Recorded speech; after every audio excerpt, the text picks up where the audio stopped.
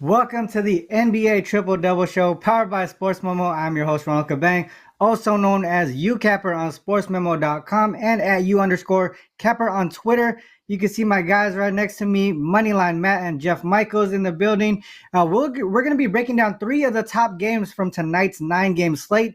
But before we get into those games, I do want to talk about some promos really quick. We have the $2.99 remainder of the college basketball, NBA, and NHL season, $299 each. That includes the tournament, that includes the finals, the championships, everything for the remainder of the season. No promo code necessary there. It's all available through Sunday at midnight. You can catch that over at sportsmemo.com. Again, that's the remainder of college basketball, NBA, or the NHL season, just $299 each. And one more promo to talk about here, promo code 7. You can get a 7-day all-access pass for just $49 from either myself or Matt, or you can use it for both of us. Both of us handicap more than just NBA, so that's why we're adding the all-access pass here. And you can grab all of our plays for the next 7 days for just $7 a day. These are the amazing promos that we got going on over at sportsmemo.com. So right after the show, make sure to head over to the site, grab these amazing deals. Also, make sure to hit the like and subscribe button before you go. It only takes a couple clicks. It helps our show grow tremendously here. With that said, Matt and Jeff, man, we had a great show. It was just me and Matt on Wednesday. We did a great job on Wednesday. I hit the best bet. I had the Mavs team total over there. Hopefully, we just continue rolling in the NBA side here. On the premium side yesterday, not too good, but hopefully we bounce back today. How was your day yesterday, Matt? I'll be honest, we had that 14-3 best bet run. Now it's 14-4 after SGA lost. The Thunder blew out the Indiana Pacers in that matchup. And I've been on a bit of a skid since then. It's probably my worst of the season. I'm looking to right the ship tonight. Some pretty good games on this NBA slate, some high totals on this NBA slate. So definitely some spots that I'm looking to target for some player props, maybe some assist props, things like that. So again, looking to right this ship today, this Friday. No better day to do it with Ron and Jeff. So let's get into it, guys. Yeah, Jeff, I know you've been touching on some college basketball as well, not only the NBA. How's your week been doing? I can't complain. Yeah, I switched it up a little bit this week. You guys had the two-man show on Wednesday instead of the two-man show on Friday this week. So excited to be closing out the week here with you guys. And we split on the college basketball card yesterday, but we did lose the best bet. So lost a little bit of profit there, slipped a little bit, but got one play over there today. So I'm looking forward to talking NBA with you guys and looking forward to some weekend action too. Yeah, let's get straight into it then. We got the Knicks and the Hawks up first.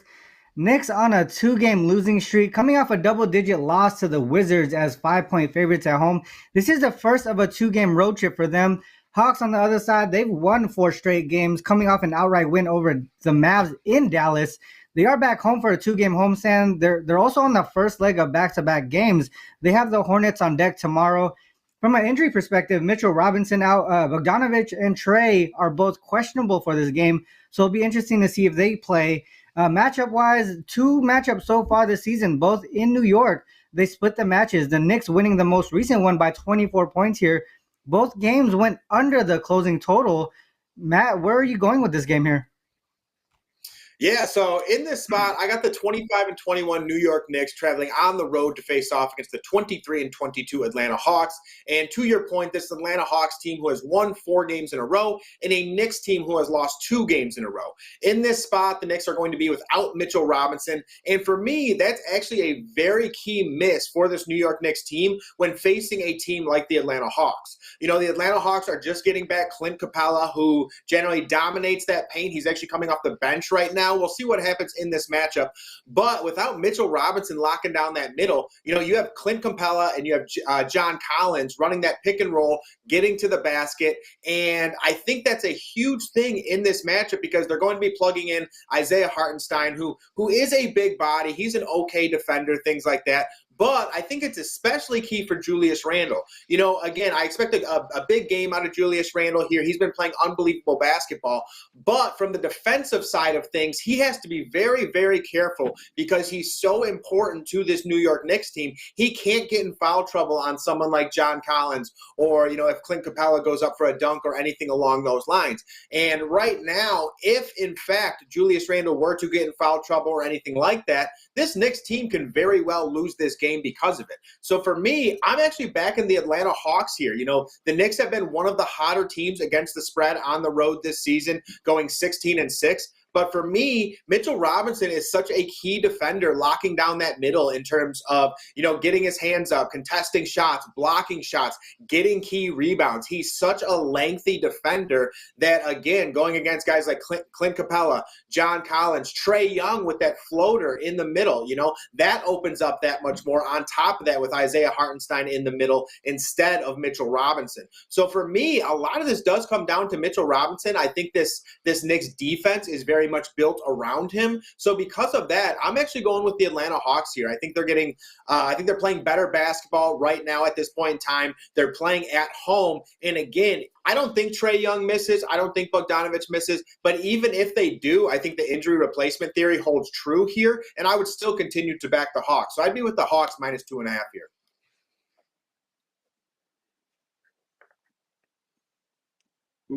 You.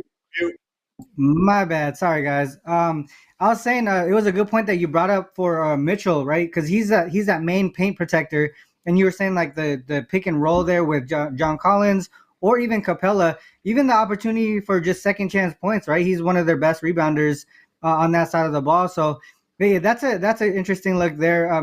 Jeff, do you agree with Matt here? Do you think it's a Hawks play or nothing? I think that this is definitely an interesting matchup. I mean, you look at a Hawks team that at the beginning of the year, prior to the season, we were looking at a backcourt with DeJounte and Trae, and we were talking about the backcourt so much. And now, if Trae and Bogdanović do end up missing this game, like Matt kind of alluded to, it really comes down to the paint presence of this Hawks team. But, the two games that the Knicks lost, a little concerning that they shot under 42.5% in both of those games. And they lost to Toronto by just 2 points as a 1.5 point favorite. So failed to cover the spread in that one by just a hair. But, the most recent one was an 11-point loss at home against Washington as a 5-point favorite. So, that one does seem a little more concerning to me.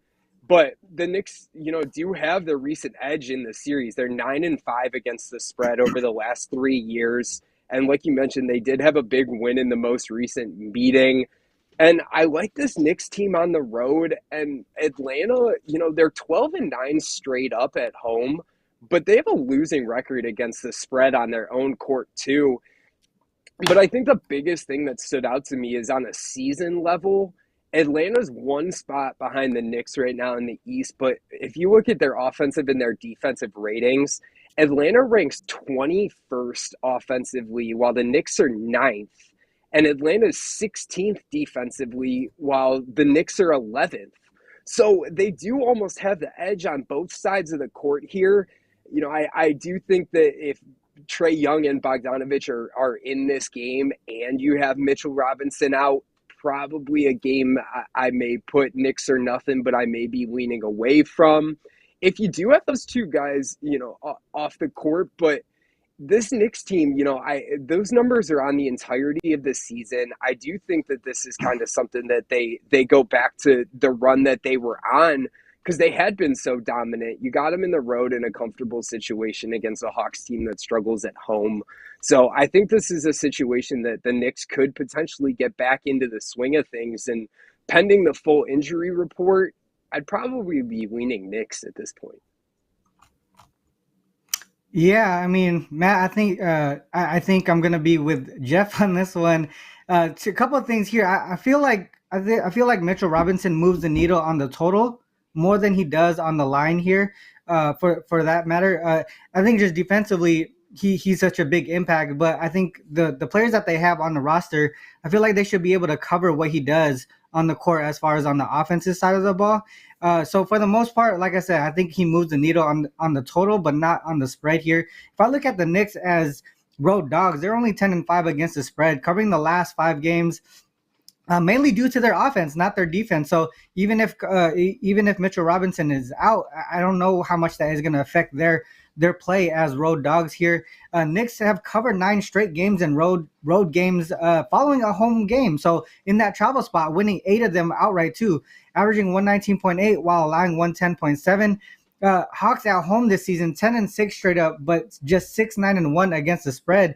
The thing where they struggle is on the first leg of back-to-back games, only 1-5 against the spread in that spot. I think it's going to be pretty tight, but I think the Knicks get it done here tonight. I would take the Knicks plus the points. I would actually look towards the under as well. One thing that I was looking at right while you guys were doing your breakdown, I was looking at Mitchell Robinson when he's out and the Knicks are on the road. Somehow they're 5-0 to the under, and so it's something where maybe it's an impact where the team knows that their best defender is off the court and they all have to step it up defensively on their side. So maybe that's the way that they end up thinking from a game plan But I would only look towards the Knicks here or to the under. I think the way that the number is right now, the total is right now, it might be just a little bit too high. So that's the way that I would go. Let's move on to the Heat Mavs here. The Heat coming off a 26-point win over the Pelicans in New Orleans. This is the last of a 3-game road trip. The Mavs lost and failed to cover in 5 of their last 6 games, so they're not in good form right now. Coming off an outright loss to the Hawks at home, second of a 4-game homestand for them, so they're finally kind of in home for a couple of games now. They should be able to get used to their home court. Injuries: Duncan Robinson, Yurtseven are out, has them questionable. Wood and Kleber are out for the Mavs. Wood being out, I think that's huge. Hardaway is probable, so we should see him tonight. First matchup of the season here. Jeff, what do you think about this one? Mavs at home, finally, getting some rest too as well. What do you think about this one? Do you think the Mavs can take care of business here, or is it the Heat on the road? Going even back a couple games farther than what you said, I believe you said Dallas lost 5 out of the last 6. They failed to cover 8 out of the last 10 as well. But, what I found, I think, most interesting about this matchup is how similar these teams are, yet exact opposites. I mean, Miami is 6th right now in the East, but they're 23rd in offensive rating in the league while being 4th defensively. Dallas right now holds the 5th spot in the West, but they've gotten it done the exact opposite way. I mean, they're 24th defensively, but they're a top 5 team in offensive rating. They've shot, despite that streak where they failed to cover the spread recently that Ron and I both alluded to, they've shot 50% or better in 3 out of the last 4 games. But Dallas's defense has also allowed teams to shoot 55.5% or better in 3 consecutive games. So, Dallas's struggles are really obviously coming on the defensive side of the ball, but they've been a noticeably better home team. This has been said multiple times this year, I'm sure on multiple different occasions, but they're a noticeably better home team than they are on the road, despite that loss to Atlanta on Wednesday. But Miami's coming off a pretty dominating win, too. They were on the road against New Orleans, and they won by 26 points in that one. But the one thing that really stood out to me, and I think the way I'd be looking on this game would actually be a player prop based on the fact that Miami, despite being one of the better defenses, as I mentioned, over 43% of the points that they've allowed from the field have come from beyond the arc. So they're one of the worst teams, at least in a distribution aspect, at allowing points from deep. And with Wood being out, I think I'm looking at Dinwiddie threes in this one. He's over 2.5 at -106. He's gone over in 3 out of the last 5 overall and 3 out of the last 5 at home.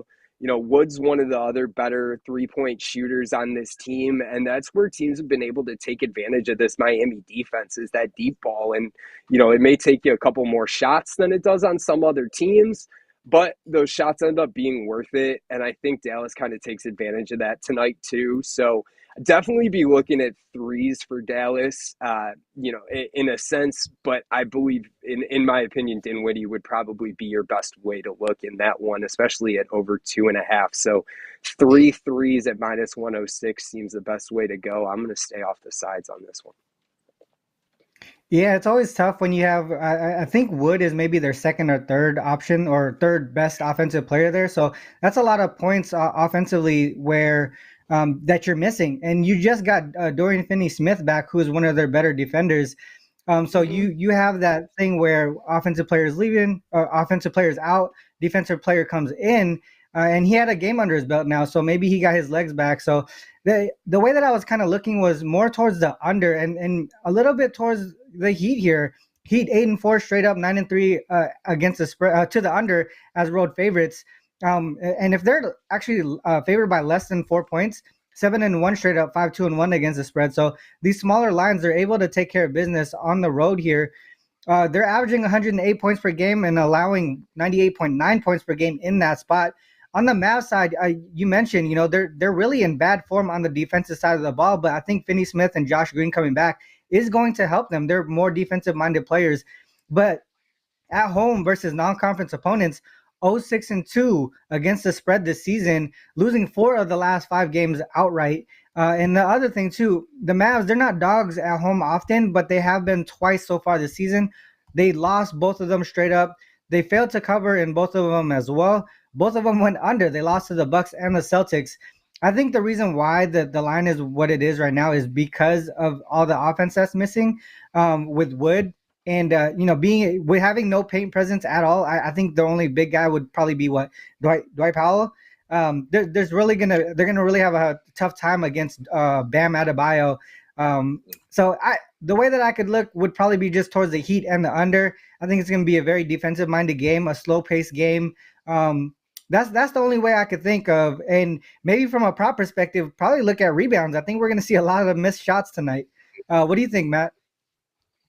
Yeah, Ron, me and you are pretty identical on this one, so I don't want to reiterate too much here. But, yeah, I'm with the under 219 as well. I think it's a great spot for it. I think the Dallas Mavericks are missing some key guys.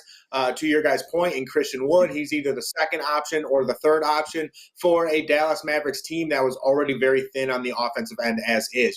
It's kind of Luka do or die. And when you're facing the Miami Heat, who are one of the more defensive sound teams throughout the NBA, and they also have Caleb Martin, who's a solid defender. No one can stop Luka. You can only hope to slow him down, but you want some solid guys in front of him, and Caleb Martin is one of those guys. And then, of course, you also have Jimmy Butler, Jimmy Butler is one of the better defenders. And, another thing, too, is these two teams are some of the slowest teams in terms of pace of play throughout the entire NBA. The Mavs are 29th throughout the NBA, and the Heat are 28th. Okay, so again, running a very slow pace. And, to Jeff's point, these teams are somewhat polar opposites. And that kind of makes me think that they're going to somewhat even each other out. And it's going to be a very slow game, a lot of rebounds, things of that nature. And again, to Ron's point, I love the look of Bam Adebayo tonight. Dwight Powell's a big body, but he really doesn't defend that well. He doesn't move his feet all that well. And again, a lot of missed shots. I think there's going to be a good amount of missed shots. And lastly, to kind of reiterate what Ron said again, Dorian Finney-Smith. Dorian Finney-Smith is a great defender. He's long.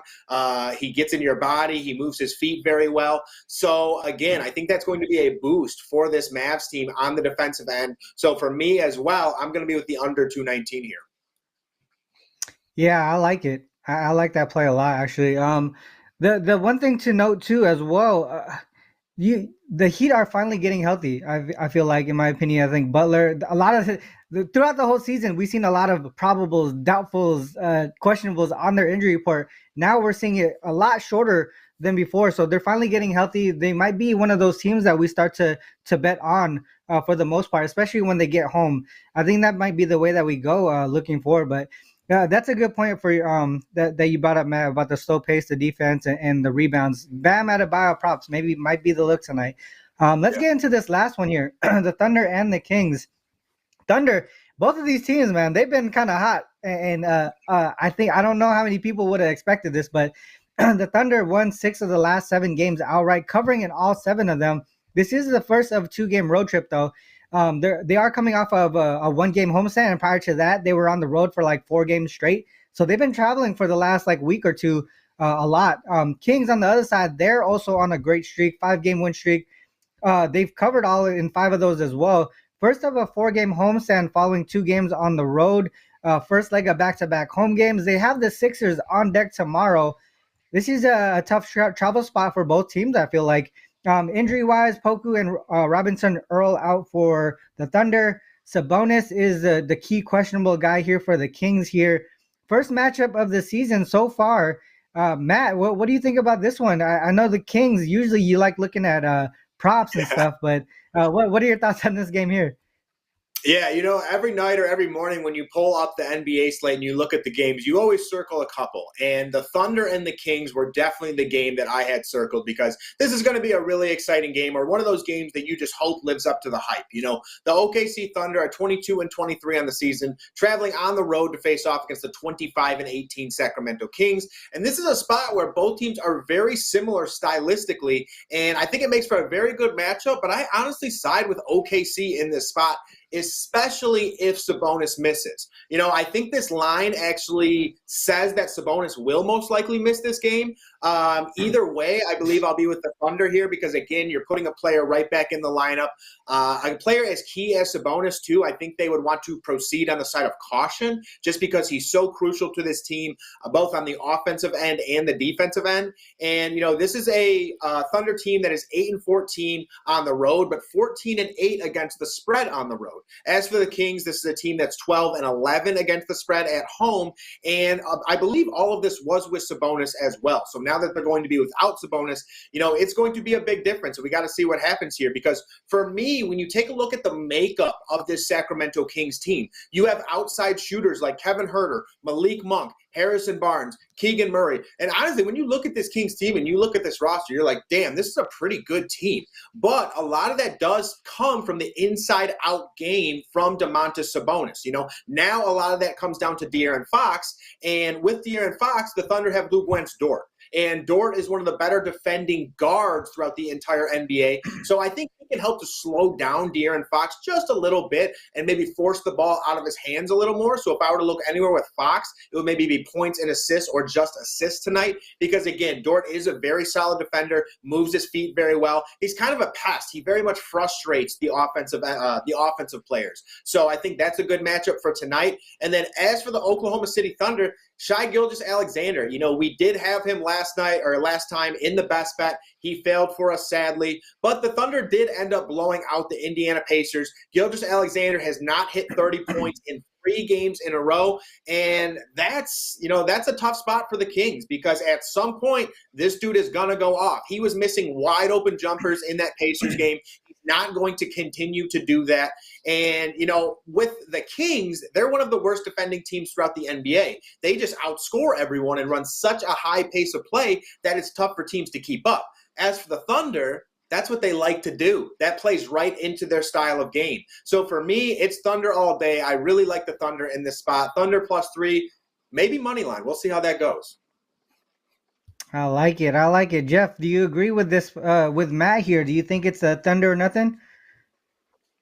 I think that's the way I got to be looking too. I mean, you guys kind of said it. So Sabonis is a big idea and a big presence on this team, and that inside-out dominance has kind of been what's kept Sacramento afloat. It was amazing. It actually stood out to me that I was thinking the way that I'm sure a lot of people are thinking. The names that Matt mentioned, Kevin Huerter, Malik Monk, you got guys that are shooting on the outside, at an impressive level and capable of doing that. Well, you look at the ratings of this Kings team, they're number 2 right now in offensive rating, but they're 3rd in effective field goal percentage, 4th from inside 5 feet, 5th inside mid-range, but they're 10th in shooting percentage from beyond the arc too, which, gets you thinking that even though Sabonis is a guy that can potentially put up points from the outside, they're a team that's actually shooting better from inside despite, the names that you got on the outside. And that does kind of take that out of, take that out of play if Sabonis does miss this game. And you have an OKC team that's surprisingly, at least to me, top 10 in defensive rating. I mean, they're 7-0 against the spread this season, playing on the road against teams that shoot 48% or better, which I would consider, top tier. So the better offensive teams, OKC's defense is really shutting them down in those games, especially on the road. And touching back to what you said with that streak that OKC's on, they've covered 7 straight. They've won 6 of those games straight up.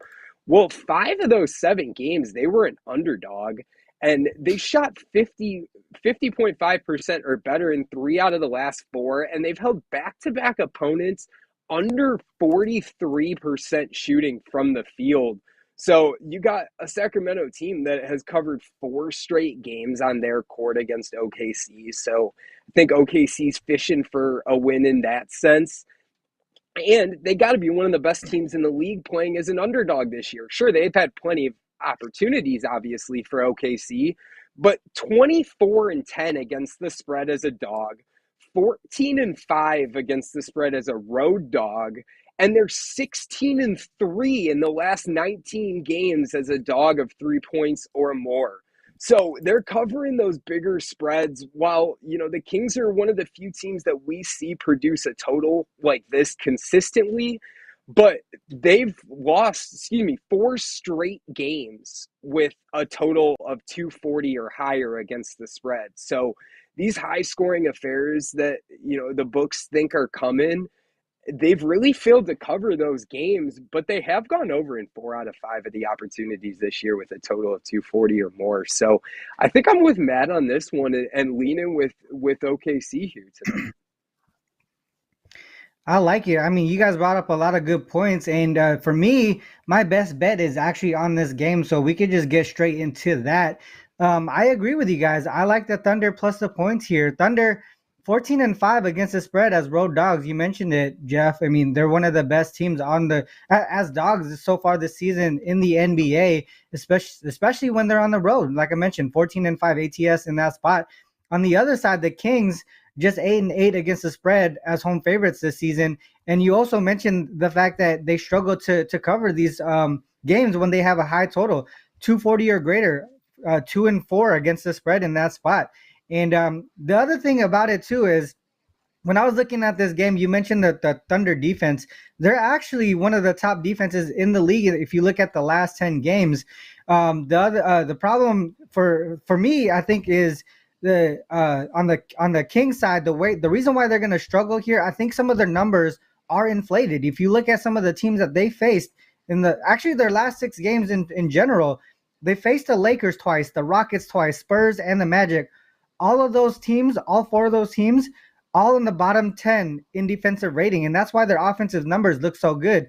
Last 10 games for the Thunder, they're actually top 3. They're 3rd in the league in defensive rating, only behind the Grizzlies and the Nets. So to me, I think some of the numbers on the Kings side are inflated. I think the Thunder are the better team here. I think SGA does come up and play a little bit better than he has been. I think this is a spot here where he kind of gets right. I think maybe he does hit the 30-point mark tonight. But for the most part, I think it's going to be the Thunder's defense. That's going to be the main reason why they cover this game tonight. I do think they also win this game outright. That would be the way that I go. That is my best bet for today's show. Thunder plus 3.5. Let's go with Jeff here. Well, what's your best bet for the show, and what do you got going on the premium side as well? Yeah, I'm looking forward to this best bet tonight. It's still in contention that I may end up at this game tonight if that doesn't give away what game I'm looking at. But as far as the premium side goes, guys, I got one play up over there in college basketball.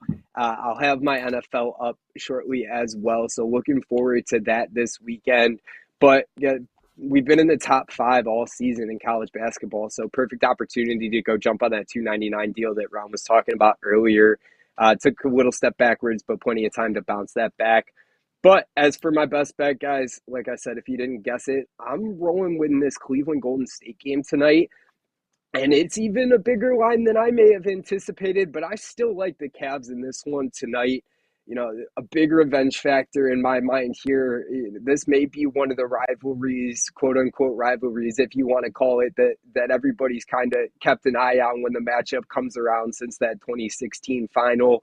But Cleveland's lost 5 straight games to Golden State against the spread. So I really think a revenge factor is in mind here. And injuries are really coming into play for me in this one because the two big names, not the two first names, obviously, you think about on the Golden State Warriors, but Kuminga and Wiseman still remain out. And those probably are the two names that you don't want out against this Cleveland team, who, especially if Donovan Mitchell remains out tonight, because he's questionable at this point. But that puts a big emphasis on Evan Mobley and Jared Allen down there, with what potentially your biggest body being Draymond Green down there. And Cleveland, has played really good ball defensively. And I was looking, I almost stopped here because their 3-point numbers haven't been the greatest, but I looked at it positionally. They're number 1 on average in 3-pointers made by the shooting guard position, and they're number 3 against the point guard position.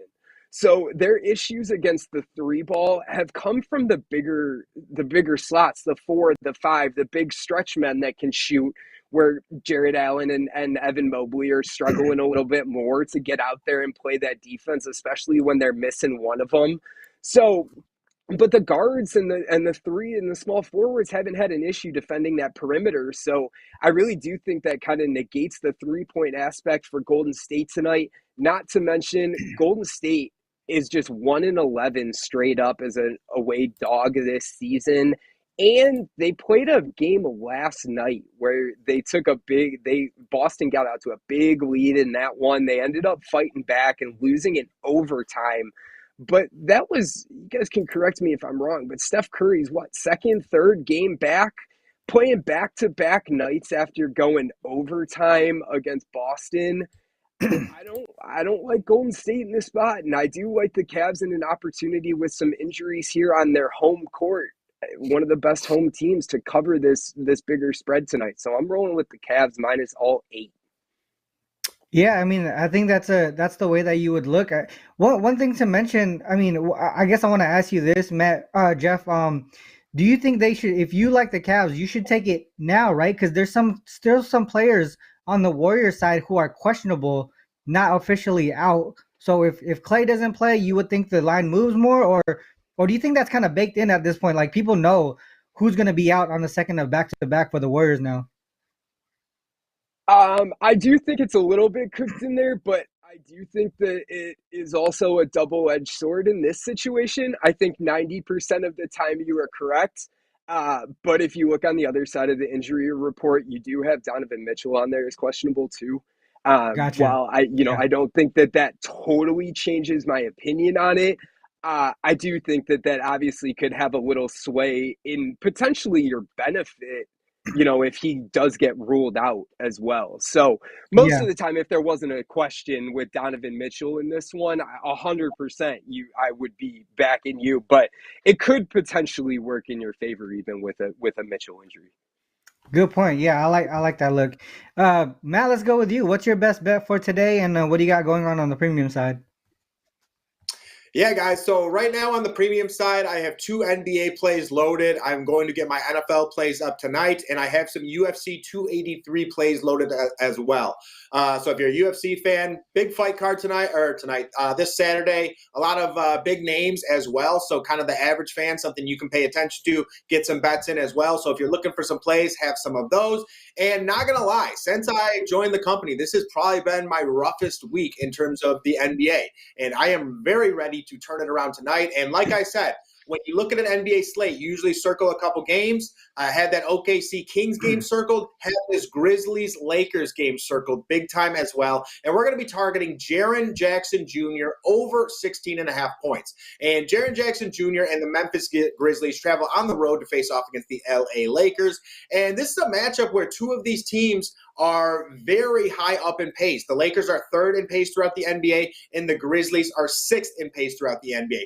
But for the Lakers, obviously now without Anthony Davis, that defensive ranking keeps going down. They're now 22nd throughout the NBA in overall defensive adjusted rating. And one reason that I really, really like this matchup, and I'm sorry for the LeBron slappies out there, it's because Jackson Jr. is matched up with LeBron James. LeBron James is actually one of the softer defenders throughout the NBA and someone that Jackson Jr. can very much take advantage of. And it's not just because LeBron plays bad defense. It's more so because he's focusing on the offensive end. If LeBron doesn't focus on the offensive end, this Lakers team is going to lose every single game. So he goes a little softer on defense so he can save his energy, so he can go and score points, facilitate, things like that. So again, I think it's a great matchup for Jaren Jackson Jr. against LeBron. And he's much bigger. He has the post-up moves on top of that to get to the rim. And on the season, Jackson Jr. is averaging 16.5 points, 6.8 rebounds, and 1 assist, while also hitting the 16.5 point line in his last 6 of 10 games. Another thing that I wanted to point out is with Steven Adams. When Steven Adams is in pace-up style matchups, his minutes go down. Okay, so again, his last game against the Pacers, he only had 22 minutes. His last game against Charlotte, 25. Golden State, 21 minutes. Milwaukee Bucks, 21 minutes. OKC Thunder, 21 minutes. So again, you're picking up a trend because Steven Adams is one of those guys who, he can move up and down the court, but if it's a scorching fast pace-up matchup, Adams doesn't get up and down like someone like Jaren Jackson Jr. So then they slide Jaren Jackson Jr. into that 5 position, and he runs that 5 so they can run a faster style lineup. The Lakers are also very bad against guards. And obviously the Grizzlies have John Morant, who can slash to the basket. And I can just see a lot of cuts with Jaren Jackson Jr., maybe some alley-oops, the back doors. Again, I think it's a very good spot for Jaren Jackson Jr. tonight. I would also put his 20 points in play on top of that. I think that would be even worth a sprinkle. That's around plus 200, plus 250. So again, of the last 21 centers that the Los Angeles Lakers have faced on top of that, every single one that has had at least 10 shots, 18 of 21 of those centers have had 16 plus points. So again, great spot for Jaren Jackson Jr. I think he has over 10 shots tonight. I like Jaren Jackson Jr. over 16.5 points. I like that look a lot, Matt. The one thing that I want to add on to that is Jaren Jackson can spread the floor too. He can shoot from 3. So if he moves to the center position, right? You say Steven Adams doesn't get that many minutes. He moves to that center position. He's gonna pull Thomas Bryant out. He's gonna pull I forgot who the backup the other center is. He's gonna pull them out. He doesn't, because both of those guys are more paint protectors. They're not perimeter defenders, right? So if he plays from the center position, he could just sit outside, hit the 3 ball with John Morant facilitating. So that's definitely a good look. He can score from pretty much anywhere on the court there. Well, that's 3 best bets. I do want to make sure you guys head over to sportsmemo.com. You can find myself, Moneyline Matt, Jeff Michaels, all on the site there. All of our other amazing cappers on the site as well. We do have the amazing deals and promos we got going on that I talked about earlier on the show. Utilize the amazing live odds page right there. You can see it on the screen.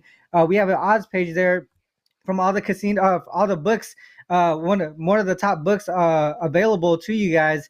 Also, make sure you hit the like and subscribe button before you go. With that said, we've done a good job, I think, breaking down these 3 games. We gave out the 3 best bets. Our next show, Monday at 10 a.m. Pacific Standard Time. Till then, good luck with all your action. Peace. Peace.